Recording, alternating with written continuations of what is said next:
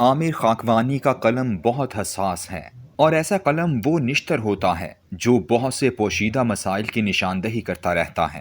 یہ مسائل اس ابلتے ہوئے بدبودار گٹر کی طرح ہوتے ہیں جن پر ہم نے شاندار خوشنما ڈھکن رکھے ہوتے ہیں، چونا لگایا ہوتا ہے، 2-3 گملے رکھ کر ابال اور بدبو کا راستہ بھی روک رکھا ہوتا ہے، مگر ابال اور بدبو تو بہرحال جاری رہتی ہے۔ انہوں نے اپنے کل کے کالم میں یوں تو بچوں کے اسکول یونیفارم میں لازمی ٹائی کی اذیت سے بات شروع کی، مگر ان کی گفتگو ہماری منافقت اور مغربی تہذیب کی مروبیت تک جا نکلی۔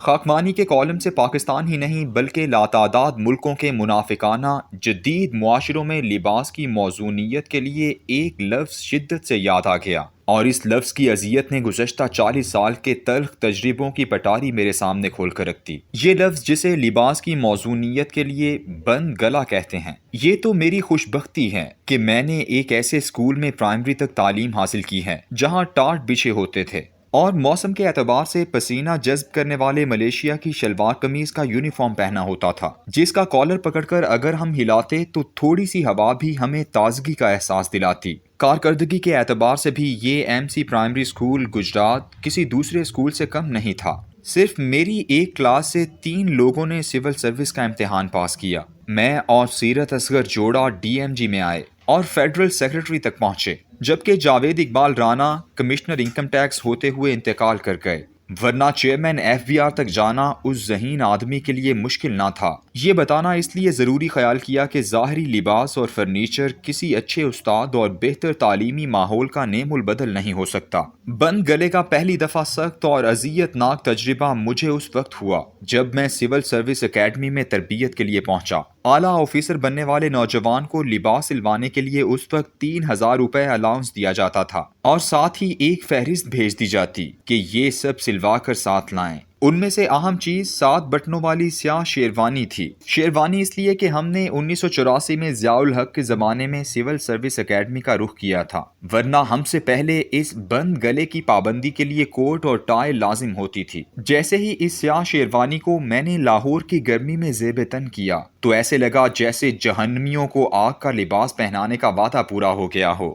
بند گلا انگریز کا عطا کردہ لباس ایک ایسی علامت ہے جس سے ہماری غلامانہ ذہنیت کی تاریخ وابستہ ہے۔ آپ پرانے سرداروں، وڈیروں، تمنداروں اور انگریز کے وفاداروں کی تصویریں دیکھ لیں، شلوار قمیض پر ٹائی لگائی ہوگی اور اوپر پگڑی پہنی ہوگی۔ پوری دنیا میں اس کلوز کالر یا بند گلے کا اطلاق آج کے کارپوریٹ کلچر میں بھی اس شدت سے ہے کہ گرم ترین ممالک کے بینکوں میں بھی جہاں پنکھا تک مشکل سے میسر آتا ہو، ملازمین آدھے بازو والی قمیض پر ٹائی باندھ کر بیٹھتے ہیں۔ ہمارے ہاں ٹائی کی مخالفت مذہبی افسانے کے طور پر ہے، تہذیبی غلبے کی وجہ سے نہیں۔ جہالت کی وجہ سے ٹائی کو صلیب سے مشابہت دے کر ایک خاص مذہبی طبقے نے اس سے نفرت کا سامان پیدا کیا، حالانکہ ٹائی تو چین کی ٹیراکوٹا آرمی کے مجسموں نے بھی پہنی ہوئی تھی جو 221 قبل مسیح پرانے ہیں، یعنی اس وقت تک نہ حضرت عیسیٰ اس دنیا میں آئے تھے اور نہ انہیں صلیب دی گئی تھی۔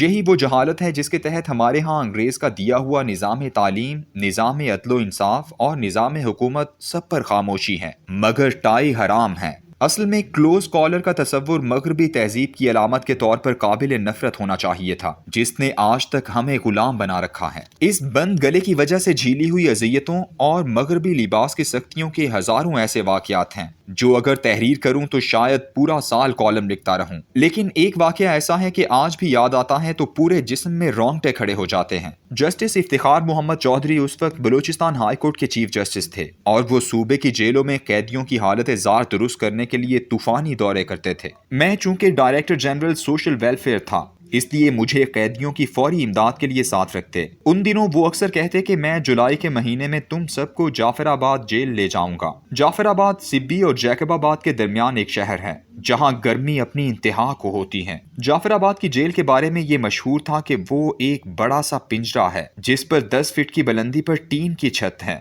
گرمیوں میں دھوپ سے کھولا دینے والی تپش قیدیوں کے لیے جہنم کا ماحول پیدا کرتی ہے۔ جولائی 2000 میں ہمارا قافلہ جعفر آباد پہنچا۔ جیل انتظامیہ نے جیل کے پنجرے سے باہر برف کے بلاک رکھے ہوئے تھے اور ان کے پیچھے پنکھوں کی ہوا ٹھنڈی ہو کر قیدیوں تک پہنچ رہی تھی۔ جسٹس افتخار محمد چودھری نے سب سے پہلے اس عالی شان شان خصوصی اہتمام کا خاتمہ کروایا۔ پھر کمشنر، ڈیپٹی کمشنر اور انسپیکٹر جنرل جیل خانہ جات کو لے کر عین 11 بجے اس ٹین کی چھت والی جیل میں داخل ہو گئے۔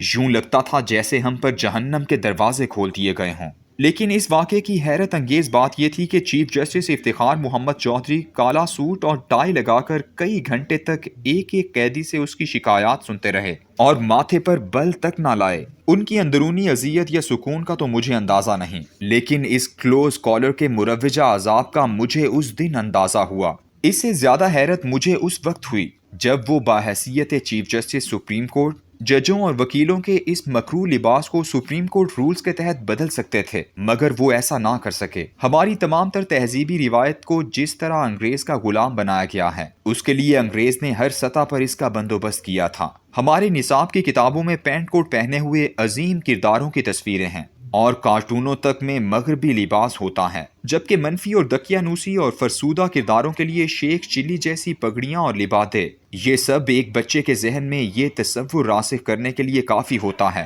کہ تعلیم یافتہ، مہذب، یہاں تک کہ قابل تقلید صرف مغربی لباس اور وضع قطع ہی ہے۔ وہ کارٹون تک میں ٹارزن دیکھتے ہیں جو جنگل میں رہتا ہو مگر صبح حجام سے شیو ضرور بنواتا ہے۔ ہماری مروبیت کا عالم یہ ہے کہ لندن کے کلبوں میں ان دنوں درجہ حرارت 15 ڈگری سینٹی گریڈ ہے اور وہاں لوگ موسم کے اعتبار سے کالا سوٹ اور ٹائی پہن کر آتے ہیں، جبکہ لاہور کے جم خانہ میں گرمی 45 ڈگری سینٹی گریڈ پر ہے اور یہاں بھی کالا سوٹ اور ٹائی لازم ہے۔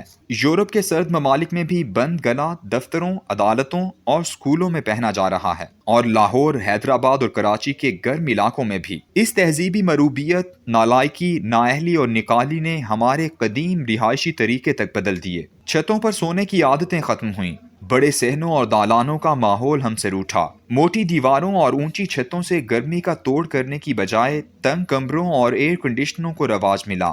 یہ بند گلا یا کلوز کالر اس تہذیبی زوال کی علامت ہے جس نے ہمیں اپنی زبان، تہذیب، اخلاق، اقدار، یہاں تک کہ ماضی پر فخر کرنے سے بھی دور کر دیا ہے۔